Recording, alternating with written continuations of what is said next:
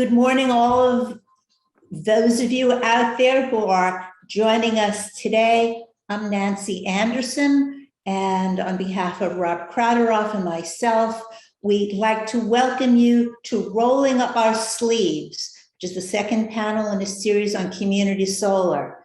In today's panel, our speakers will take us up on the roof to get down into the details of what it means and what it takes to do community solar in New York City and other parts of the Northeast, and particularly as well the role of energy storage and how to knit those things all together into a really powerful clean energy alternative for our cities and our particularly for our low and moderate income housing communities.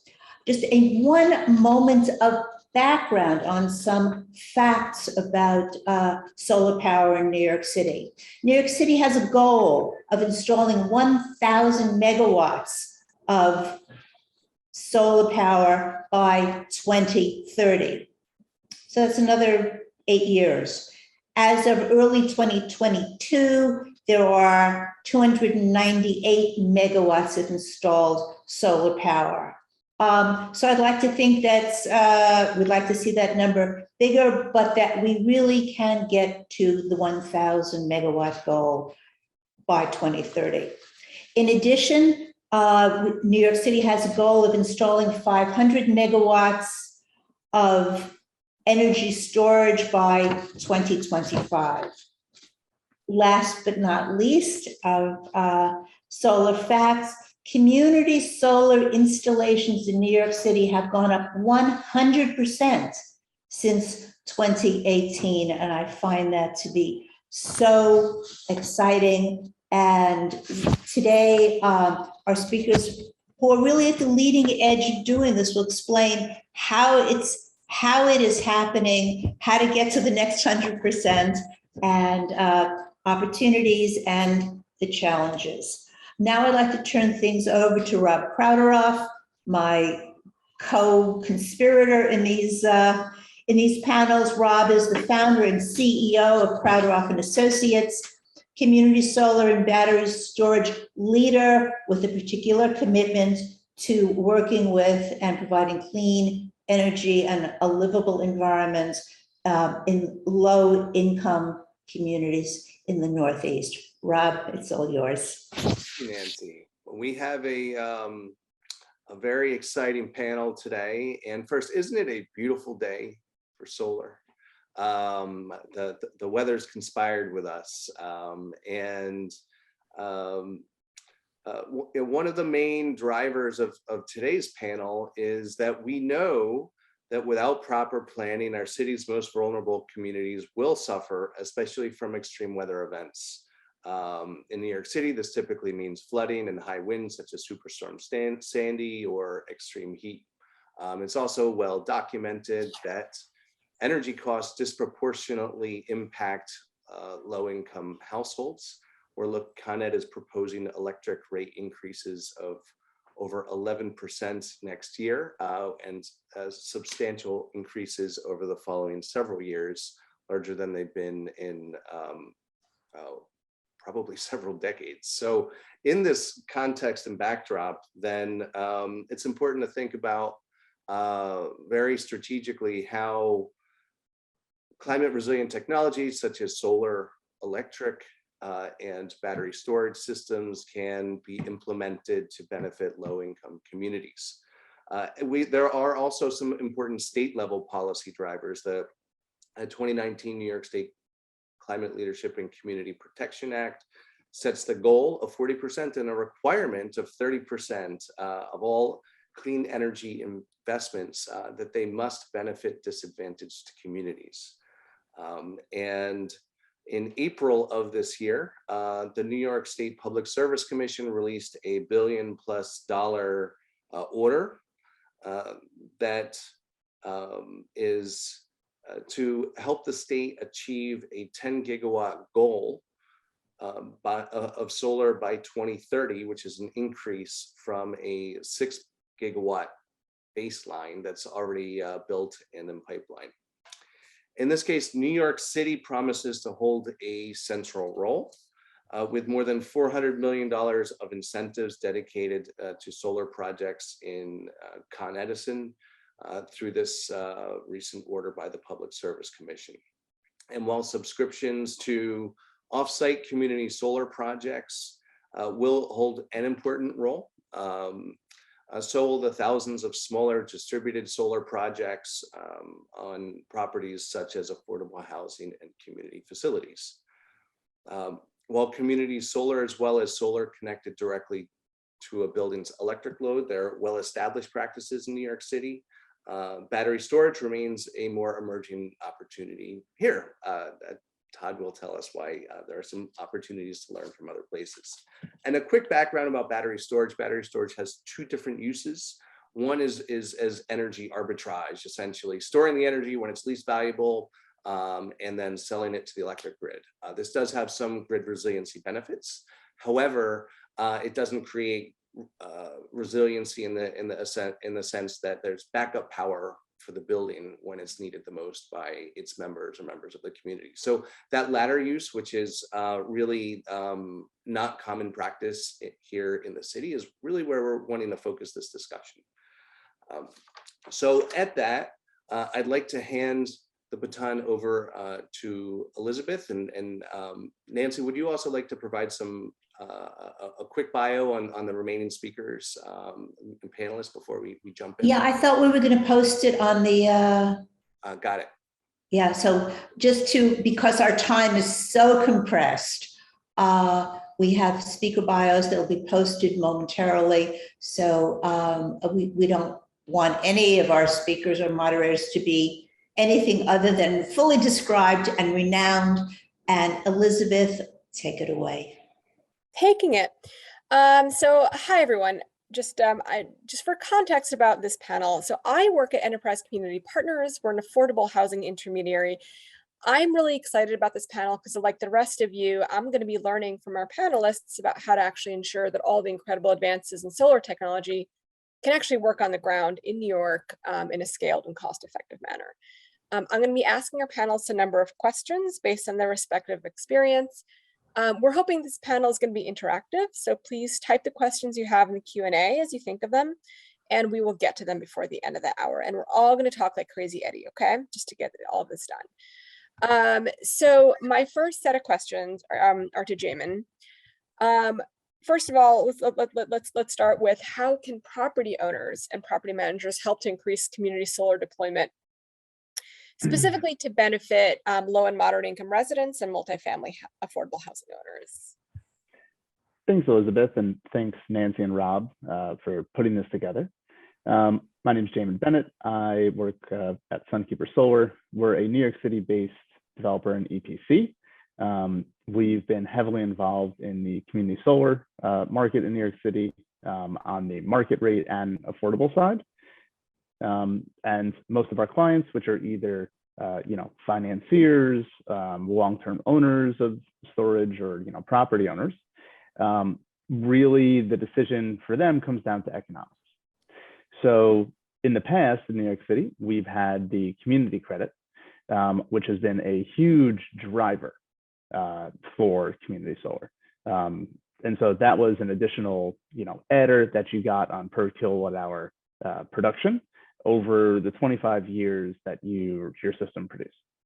That credit encouraged developers to do community solar projects, to get off-takers in New York City, which was great, and really started to develop this market.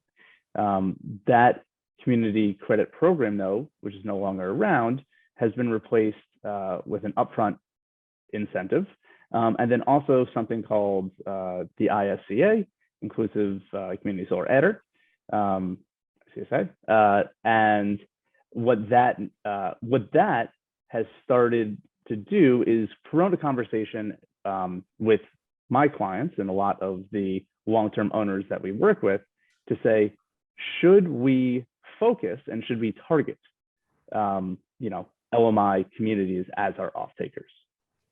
And that has been a great discussion that we've been trying to push forward. And what I think would, really help promote change and make the decision very easy for almost every developer would be if, property owners, property managers, and, community activists were basically able to come out and say, hey, we've already organized our building, we've organized our community. Here's 100 people that want to participate in this program. Because if you are coming to a developer or you own a building and you're saying, here's my building and I want to help you find all of the off-takers and manage that, that makes it a very easy decision and very economical for the developer to say, absolutely, we are going to move forward. And not only are we going to benefit the owner of the building, but we're also going to benefit everyone that lives there. Another bigger picture one. So why are developers struggling to deploy energy solar storage in New York City? And, actually, I'm going to ask you about regulation later on, but overall, why are developers struggling? I can talk about this for the next hour, but to simplify it, the ultimate reason is still economics. So right now, there is a large regulatory hurdle to deploying energy storage systems. A lot of that is, either on the safety side or really just the fact that it's new technology. And what that does is that starts to drive up the cost of every installation. And so if the costs keep going up because there's additional regulatory hurdles, that means that we're driving up soft costs. And right now, there's no real compensation on the other side. So, same idea when solar was a new technology, right? I recall a day when we used to think it was normal to install a system at around $10 a watt.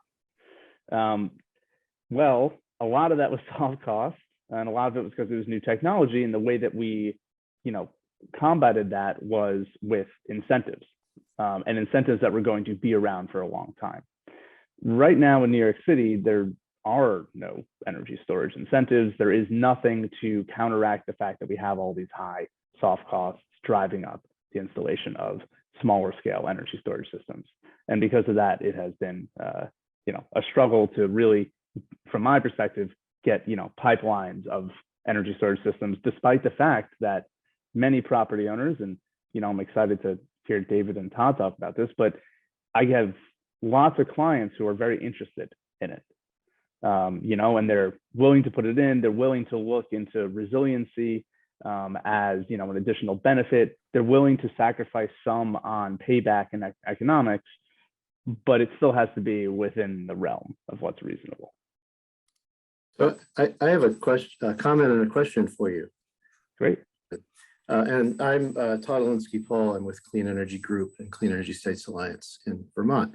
We do a lot of work on energy storage policy and program development at the state level, and we also do provide technical support for actual deployment, and especially focused on multifamily affordable housing and other critical community services kinds of facilities like first responders and so forth that provide real benefits to those communities if they can be resilient in an outage. So the comment is that in New York City in particular, there are rather conservative fire codes pertaining to energy storage. And that's kind of just universally recognized across the industry that is a hurdle. And I just wanted to say that right now, each jurisdiction, city or municipality sort of develops its own codes, but there are efforts underway to make more sort of best practice universal codes, and the national labs are engaged in that, and there's other organizations engaged in that. So as those start to get promulgated and accepted, I would hope and I would expect to see that we would see more consistent codes across different jurisdictions. Because one of the problems is, if you're a developer and you have to install things differently in one city as opposed to the next city, it's that creates just a lot of administrative costs and headaches, because now, you can't just design sort of one system, one installation protocol. Now you have to have 40 different ones, for all the different places where you're trying to operate. So that was the comment. The question, though, was you mentioned earlier something about sharing benefits from building owners with residents, which is really important. And it can be very hard to do depending on whether they're master metered buildings or separately metered buildings. And in some cases, we've actually seen that sharing the benefits with residents can backfire. In other words, they may lose, for example, some of their rent subsidy because they're getting a monetary payment from the building owner for their share in a system, a commonly held system, and then therefore suddenly their rent goes up. So, and it's because of the way that some of the services programs are designed. Can you speak to that for New York City at all, in terms of how those benefits can get shared without having sort of negative side effects? Sure, and I'll give my perspective, and I'd love to also hear, because David may have another, more in-depth point on that. But from the developer side, right, we are, looking to put community solar systems out there and then find off-takers and then give some percentage discount to those off-takers, right? So, Todd, if you signed up for one of our community solar systems, right, we can give you a 10% discount on all of, the kilowatt hours you would take for your bill. But that can be applied to anyone. And the real thing is, how do we target and make sure those benefits go to, when we're working on an affordable, housing, development, how do we make sure those benefits at least are offered to the people that live there first? And so in the event that someone in that community wanted to sign up, we would add them to the list, right? And then they would receive, if they're paying for their utility bills, right? They would receive a discount, and it could be, 10%, it could be 15% or more. And the interesting, note here is that, inclusive adder, that is an additional incentive from the state to, the developer of the system. And, the incentive is great that it's there. It is not large enough to make it a no-brainer. But if there is a low cost of acquisition to getting those off-takers, right, then it makes it a very easy decision for those developers. So I think that would be, kind of the easiest way to share those benefits. I can't speak to all the different types of programs and whether or not that would jeopardize, rent subsidies or anything else. David, not sure if you wanted to jump in there. I'm gonna dive in, and I'll do a quick introduction. So, morning everyone. David Downs. I work with Catholic Charities of Brooklyn and Queens, and specifically with our affordable housing development team. So our work, has historically focused around, the development and preservation of affordable housing in the two boroughs. And we've broadened it in the past few years with a lot of different approaches, assistance coming from a variety of the folks on the call today. But just to dial back to Todd and Damon's question and, sort of answers, it's something that we are actually in the middle of right now. So we have, over the past 2 years, developed a 3-building inclusive community solar model on 3 of our buildings, one of which you see behind me today. This is St. Joseph's in Prospect Heights in Brooklyn, right near Atlantic Center. And we're, literally going live right now, trying to figure out how do we bring in our residents as subscribers to, this relatively small inclusive community solar program. And it's, just to be quite frank, it's a lot of work. It's not something that our team typically handles. We're usually focused on developing buildings, getting them up and running, and then we hand them off to, our internal property management team, which does a great job, but has no real experience in sort of managing the solar and sort of the utility aspects that we're sort of layering on with these programs. So what I've seen so far and what we're aiming to do, and just to Todd's point about the rental subsidy and sort of how you apply these discounts and get them back to the LMI residents, we are working with Power Market sort of as an agent to assist us with the subscription process. And what we hope to sort of put out is, it's more or less like a 10% coupon to residents that would subscribe to the program. This is something that they would see directly come off their Con Ed bill. It's not something that we as a owner / property manager have to discount to their rent or discount to any type of subsidies that are being applied to the unit. So that works well in a scenario where the residents are paying their own utilities. It gets really tricky, and we're figuring this out simultaneously on buildings where tenants do not pay their utilities and they're baked into their rent, and working with mortgagors and other subsidy providers that want to see that benefit explicitly go back to the building in some way. And so those are the real challenges that we're working through right now. And it's not with a lot of effort that's been put forth over the past few years, but we sort of peel back the layer of the onion as we move forward and get a little bit closer to actually getting the benefits directly to the residents.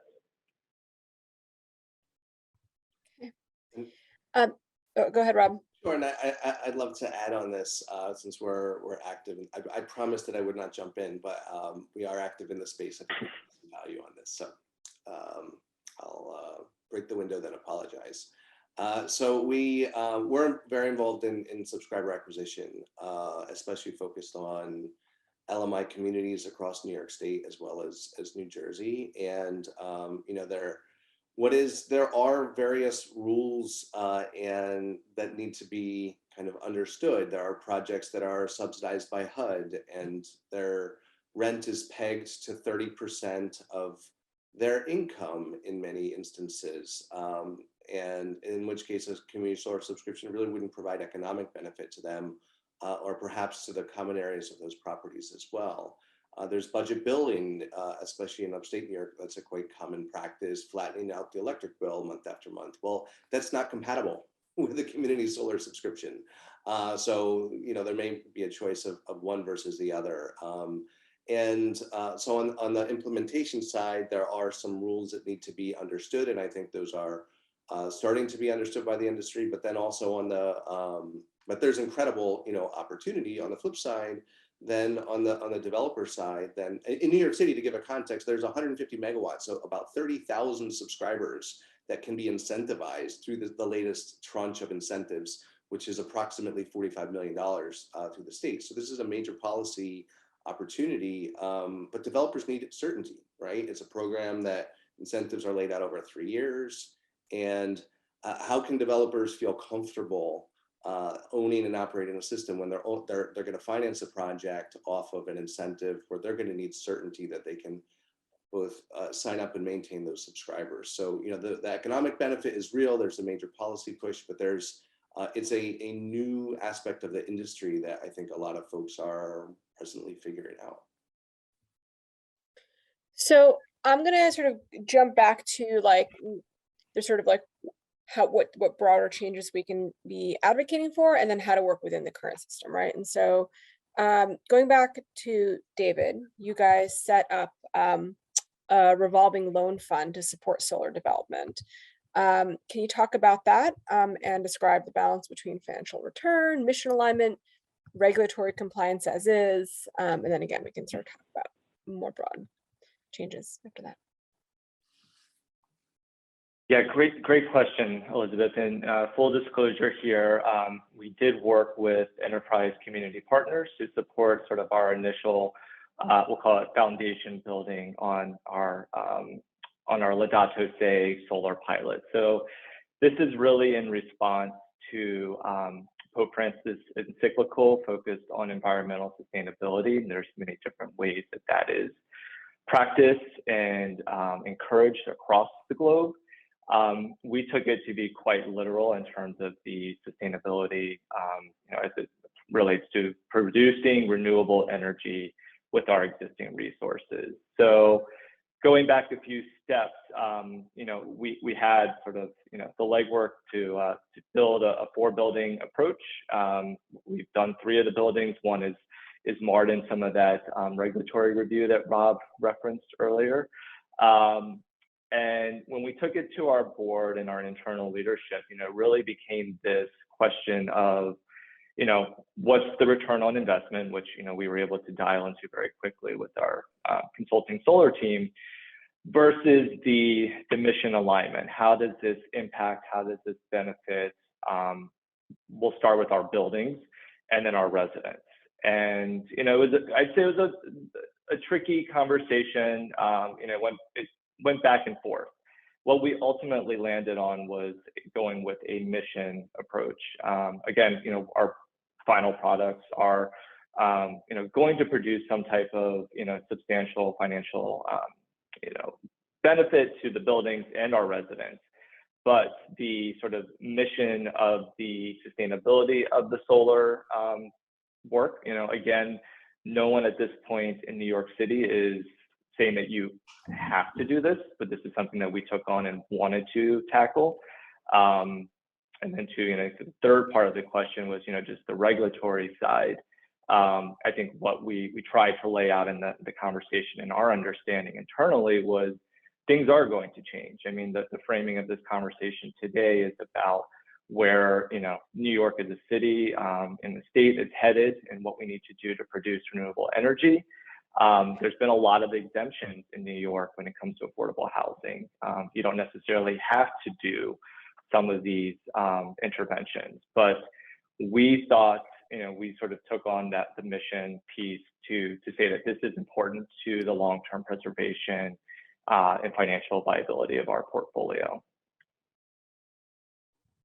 Okay, great. I'm gonna jump a little bit just to give everyone time to ask each other questions, and for all of our guests as well. So both David and Todd, David, I'd love for you to answer in the context of your development work, and Todd, sort of a more broader perspective, is how do you value backup power when there's not a straightforward way to calculate monetary return? So David. Todd, do you mind if I jump in and then you can help me figure out the solution? Because that's where we are right now. This is like a burning question, no pun intended. So just a little bit more context about our portfolios. We have over 4,000 units of affordable housing, and most of that, I'll say about 80%, is senior housing.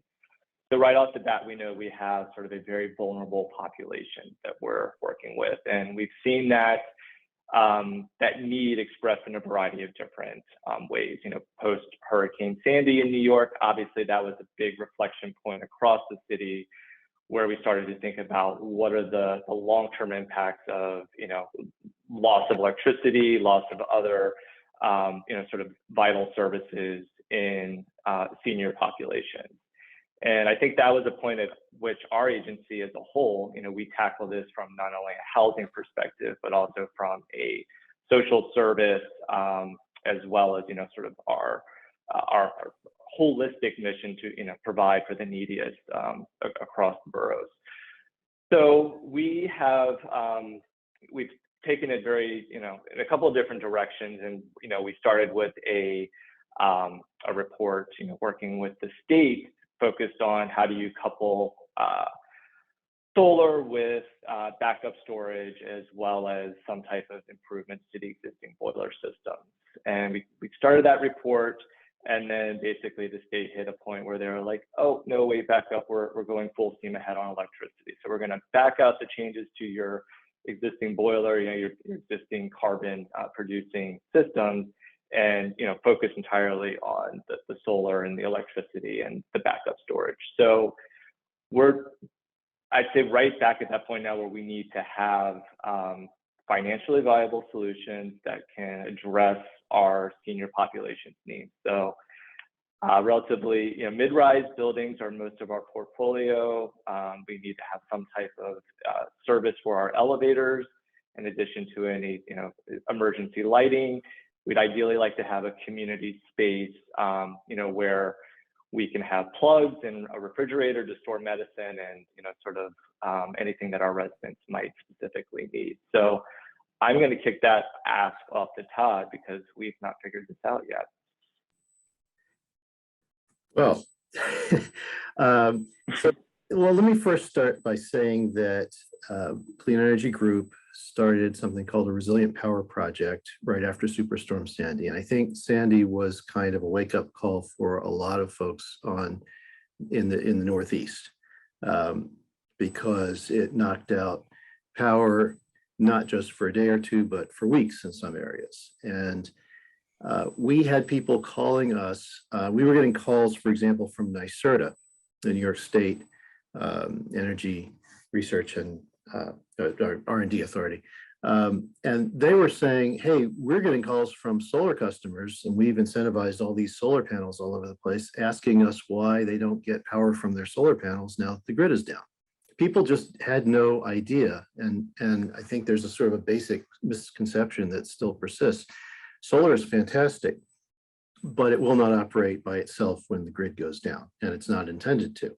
The reason for that is that it could backfeed power onto the wires, and you could end up electrocuting line workers who are trying to restore grid power while they're working on those lines. So solar automatically disconnects when the grid goes down.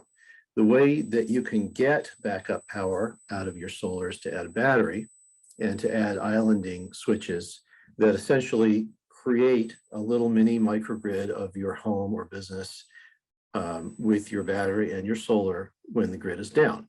And you can then self-power from that solar and battery until the grid comes back up, at which point you reconnect with the grid. So this is a great benefit, of course, for communities. And we've done a lot of work on this question of how to be able to provide resilient backup power using solar and storage for critical infrastructure. And again, that includes anything from multifamily affordable housing, where you want people to be able to shelter in place and not have to evacuate during an emergency, to community shelters, to health clinics, to first responders and fueling stations and all kinds of firehouses, all kinds of things that need to be able to run in an emergency when the grid is down. The question is how to pay for it. And this is getting now back to the question that you asked, I think. And the problem is that resilience is not yet, there's no market yet for resilience. Okay, we have lots of markets for services that solar and storage can provide. And I should say that storage is a multi-use tool. You can do many things with it, depending on how you operate. It's like a hammer. You can build things with it. You can take things apart with it. It depends on how you use it. And so one of the things you can do with it is to provide backup power. The problem, again, is there's no market for that. You can't sell resilience services into a market the way you can sell solar through net metering contracts. You can sell, for example, capacity from a battery in some locations through a capacity contract with the utility or with the ISO. So what do we do about that? To date, what we are doing is that we are finding ways to monetize other benefits of solar and storage systems such that you can achieve a payback on that system. And then the resilience becomes a sort of a free benefit, if you will. Even though resilience might have been a motivating factor, or maybe even the biggest motivating factor in getting that system to begin with, it can't be the way you pay for it because there's no market right now for that.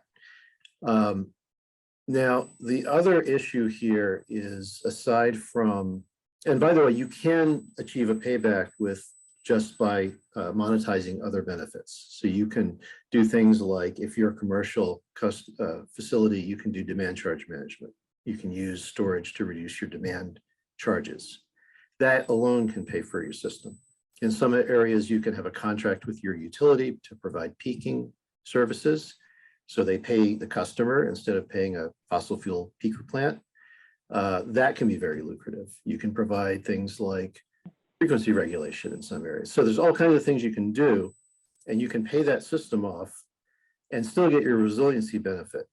What the states should be doing, or the city in this case should be doing, is to provide an incentive to help people to be able to afford those systems in the first place, either through a direct rebate or low cost or zero cost financing, or preferably both, and some way to monetize the various values and benefits that system can produce.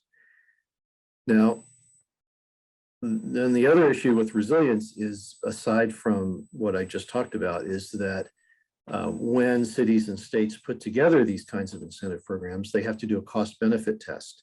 And that technology you're trying to include and provide an incentive for has to pass that test. In other words, you have to be able to show that that battery is going to provide more benefits than it costs. Otherwise, it's not a good use of taxpayers' money and it won't get accepted into the program. And in order to do that, you have to put a value on benefits that don't have markets yet, like resilience.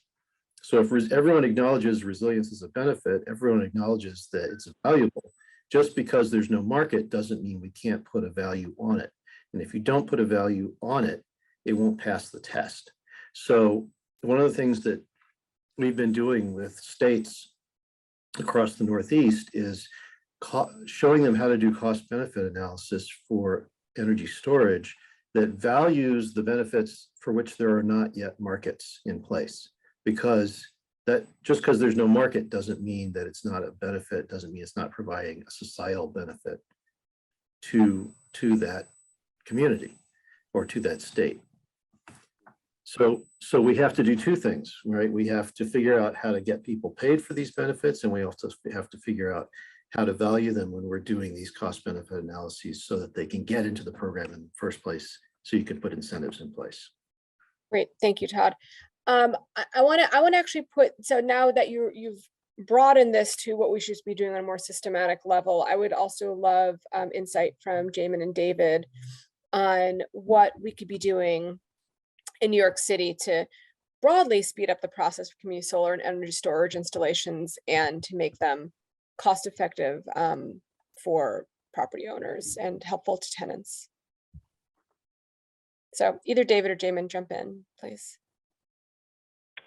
All right, I'm happy to start. So I think, you know, Todd kind of touched on two ways that, you know, New York can definitely incentivize, you know, energy storage programs, right? Which would be, you know, either a rebate or, you know, we've had a retail energy storage program in the past, which, you know, provided incentives, you know, to the developer or to the installer, which helped to lower the overall cost of the system, which then helps get to a better payback.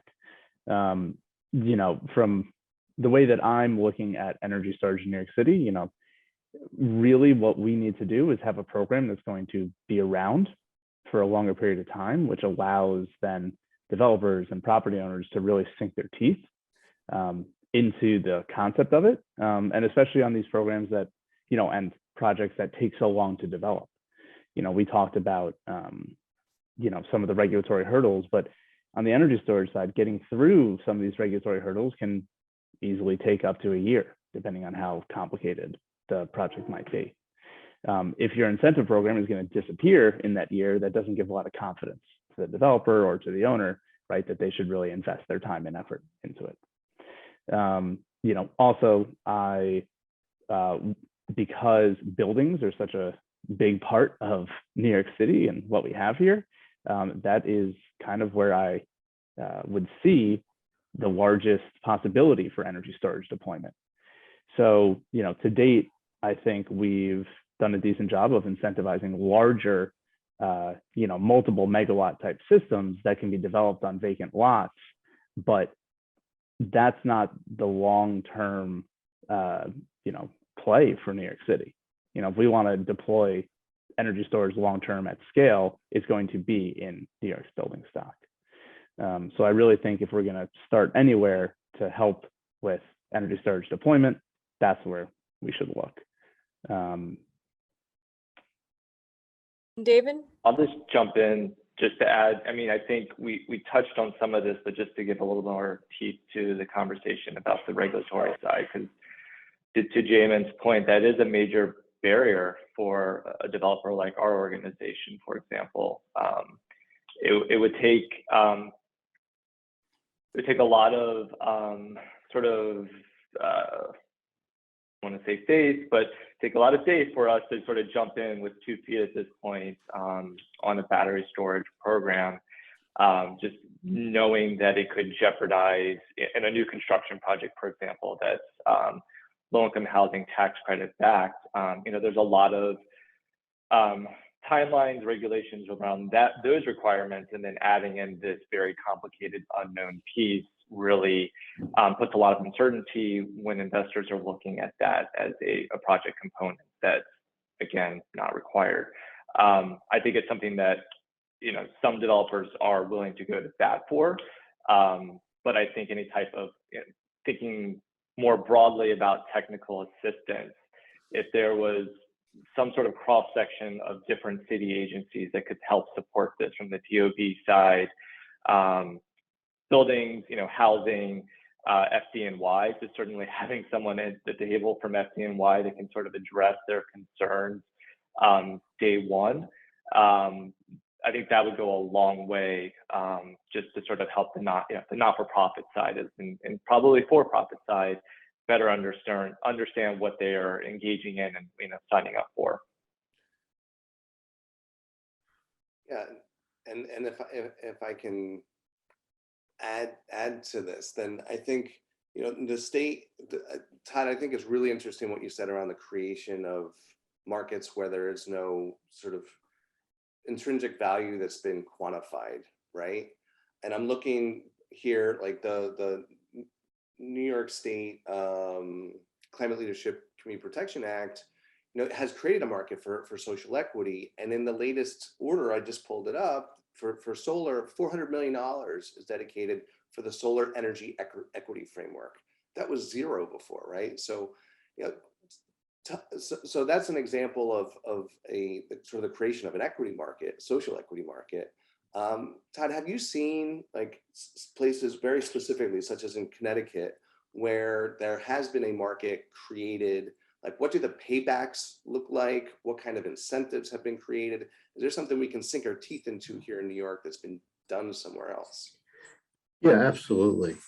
There are programs now across New England, and we refer to this Connected Solutions is kind of the name of the first instance of this that was developed in Massachusetts, but it's now known under different names in different places, and it's spread. It's now being the same model program is being used in Massachusetts, Rhode Island, parts of New Hampshire. There's something very similar here in Vermont, and Connecticut, as you mentioned, has just begun really a flagship program. And what these are is these are essentially virtual power plant forming programs. And what I mean by that is the program is designed to put batteries behind customer meters, allow those distributed customer owned or customer leased batteries to be aggregated either by the utility or a third party, and then dispatched in concert to meet real grid needs. And then the customers then who own or lease those batteries and are providing those services then get compensated, they get paid. And we're seeing paybacks on the order of 5-6 years for these programs. And that means that on a 10-year lifespan of a typical home or commercial battery, you're going to get your payback well within the lifespan of that system. And so you asked about the Connecticut program. This is a 9-year program. It's aimed at incentivizing 580 megawatts of new distributed storage behind customer meters, residential and commercial. It's an enormous program by the standards of the other state programs surrounding it. There are real and effective incentives to make it accessible to low-income participants. For example, there's a storage rebate that's doubled for income eligible participants. In addition to that rebate, there's a performance payment. So you get an upfront rebate to help defray the initial cost. Then you get a performance payment to help direct the battery dispatch toward those grid needs, and specifically to meet peak demand, which is the most costly and usually the most polluting power on the grid is during the peak hours. And this essentially displaces fossil fuel peaker plants. That's the ultimate goal of this kind of program. So yes, it's being done. In fact, it's being done on Long Island, and I'm not sure if you can do it on Long Island, why can't you do it in the rest of New York City? PSEG and LIPA have a program that provides the same thing, a rebate for solar, a rebate for storage, and then a way to monetize those services with a performance payment. You know, it's not a huge program, but it's been going on now for a couple of years. So I'm not sure, you know, again, if you can do it in Massachusetts and Connecticut and Rhode Island and Long Island and other places, you know, you should be able to do it in the rest of New York City. So we have a lot of reports and resources on this, by the way. If anybody wants to learn more about the design of these programs and how they work, we have several reports on this and webinars that you can view on our website. So we should slowly move on to audience questions. But before that, David or Jamin or Rob or Nancy, did any of you have any thoughts on the applicability in New York City to what Todd was talking about? Practically speaking, Nancy, you're on mute. I wanted to ask a question to Todd, to any of the speakers, thinking about this question of resiliency and how to make it a must do, or at least a highly attractive can do.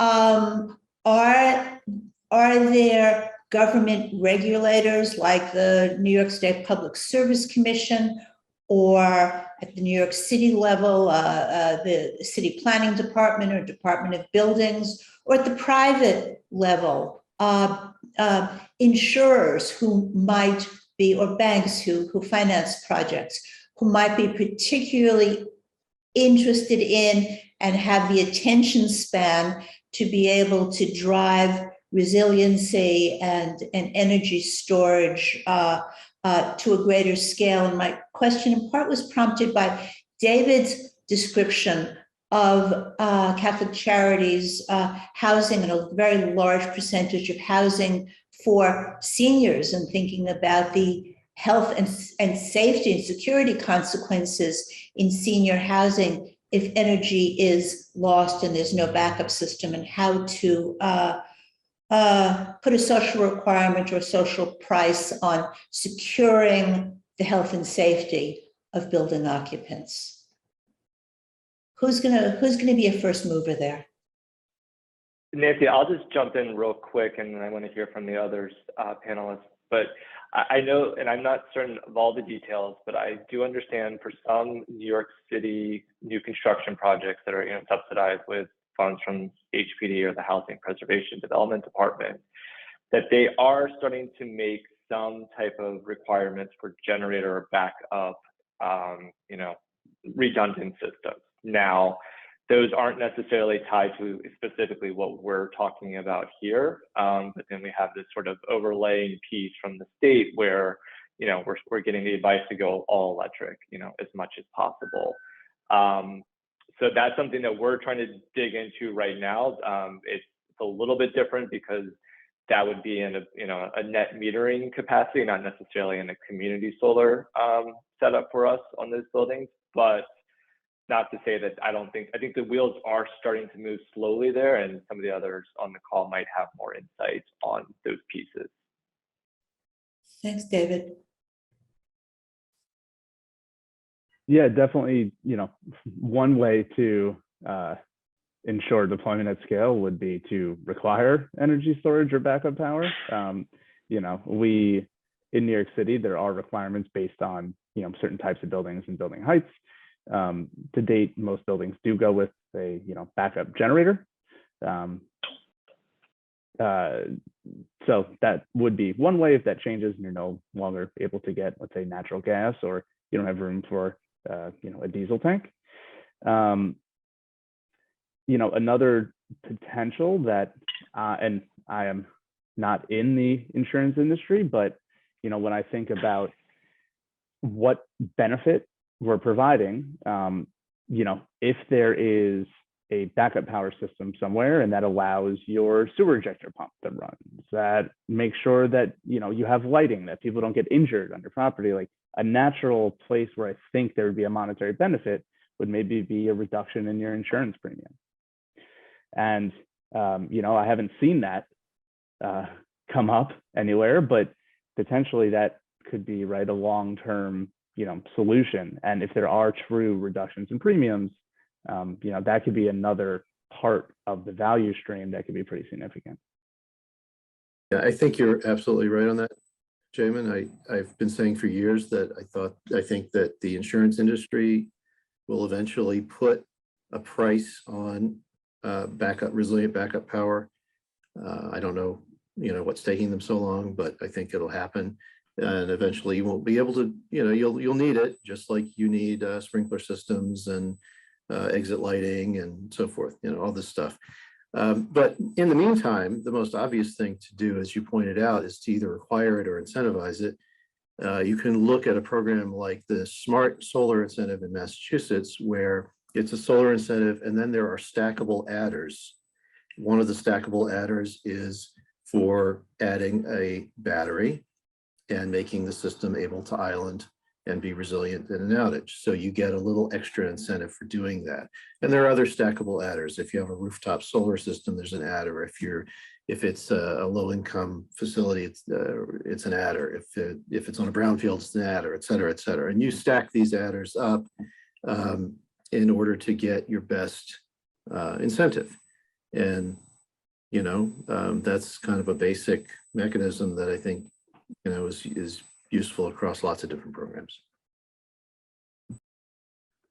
Okay, I'm going to go to our audience questions. If others have questions, you should feel free to type them out now. I don't know if we have the ability for folks to unmute themselves and ask, Rob and Nancy, but no, okay, so type it in.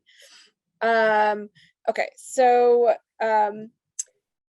we have a question about what the bonding and finance resource. Okay, so I'm just trying to shorten this question, but I'm actually ended up making it longer with my attempt to shorten it. What could help overcome funding obstacles to deep energy retrofits and community scale projects to allow for more comprehensive solutions where things are currently being siloed? That's the interpretation of the question. Have you guys seen, whether it's in New York, attempts and pilots or outside New York, are there ways of combining different silos for sustainability and resilience? I mean, I think, as Todd had mentioned earlier, a good way to incentivize kind of a solar solution is either no interest loans or very low interest loans. There are many loan programs and many people offering loans in New York City for solar projects, for potentially solar plus storage, solar plus roofing, and other lighting retrofits. But when I've approached many of my clients with the offers that I've received from these various loan programs, the interest rates have just actually been higher than what they can get on their own. So it hasn't really incentivized them to push the needle forward, or really say, well, that doesn't really seem like there's a program to incentivize this. So I think one of the best ways is to get of these technologies into state energy efficiency programs. Every state has them. They have a huge budget. They have mechanisms in place already to reach low-income and underserved communities with efficiency improvements. And there's, we should be seeing solar and battery storage included in those programs, as has started to happen in a few states, such that making your building more efficient and resilient would be sort of all one package. In other words, you go to your utility and we want to improve weather stripping, we want to put in solar, we'll put a battery, we want to put in a new HVAC system. There's a low interest or zero interest loan available. We have a whole program set up where you can get the qualifying pre-screened vendors list, so you can make sure that you're getting a good product that the state has looked at and that's approved, and that there's rebates in place, and that's there for efficiency. It requires a change in thinking to see how solar and storage increase efficiency. They do, but it's a different measure of efficiency than we're traditionally used to, and that's something that we have to work on. We have an intriguing follow-up question here from an audience member. Since we've been talking, this panel is about community solar, and the question is, can the community get money from the Green Bank, whether it's New York's Green Bank or the Connecticut Green Bank, to be an off-taker or participant in community solar programs? Has anyone had experience with that or thoughts on it? Encounters with the state's green banks? Yeah, I mean, I guess it depends on what you're defining as the community, right? I mean, the Green Bank has financing programs set up. You can apply for them and get money for your projects, assuming it meets a certain criteria. And I know I think it's maybe a vaguer answer than you want, but the way that the community could do it is, you can apply for a loan, and you can do a community solar project, and then it could either be community owned or it could be owned by a single entity, which then provides the 10% discounts that we've been talking about, or maybe 20% discounts to the people of that community.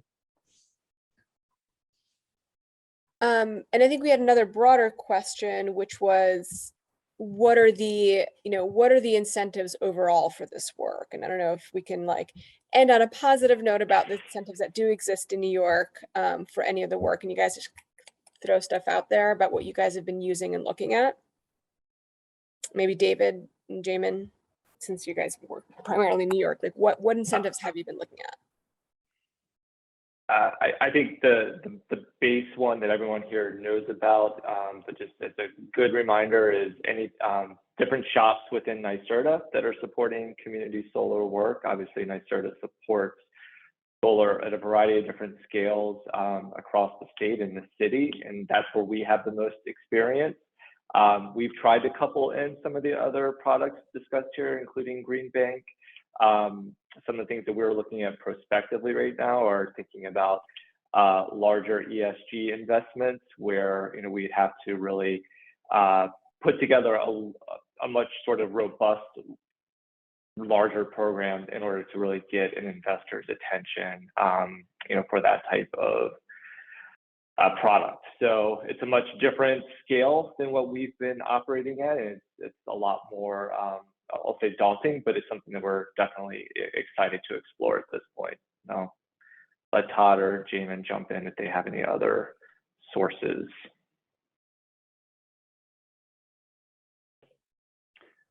I think for solar projects, focusing once again on New York City, NYSERDA is rolling out a revamped upfront Megawatt or PON 2112 program that I think they'll be releasing a new program manual at the end of the month. So those incentives are great. They do have stackable adders for certain types of other solar systems, and whether you're doing a community solar system or inclusive or anything else. The city of New York, has a property tax abatement on, solar systems, which is great. There's federal incentives. So there are when doing projects in New York City, lots of incentives that owners, developers, and contributors to projects can take advantage of. So we're a minute past the hour. I don't know if Nancy, Rob, you guys want to wrap us up? Rob will do a deeper wrap up. I just want to wrap up saying from our conversation today, I actually feel something rare, which is optimistic that New York City buildings can indeed meet the goal of at least 1,000 megawatts of installed solar power, whether community or other kinds of solar power, that not just the ideas are there, but there are now boots on the ground and work being done and proof of concepts. And it's really exciting to think that this can be done. Rob. Thank you. Yeah, I mean, I think one of the major findings from today is that we're at a point of real scale when it comes to solar, and it's a constantly evolving field. So this new round of solar incentives will probably implementation will look different than it has in the past, but there are different ways to finance and implement that. And the opportunities for them pairing solar with storage are also in development. Right? These are trends that we need to continue to follow. New York needs to learn from other places. I think Todd has pointed to some successful programs elsewhere that really can, given regulatory barriers take a very long time to address in New York, there are economic ways to structure incentives that can help us to overcome those to be able to still get projects done. So at that, thank you everybody for your time. Thank you to our wonderful panelists who gave really a diverse and effective background. And Nancy, you want to take us out? Yes, this event is being recorded and in about a week should be available on YouTube. So tell your friends.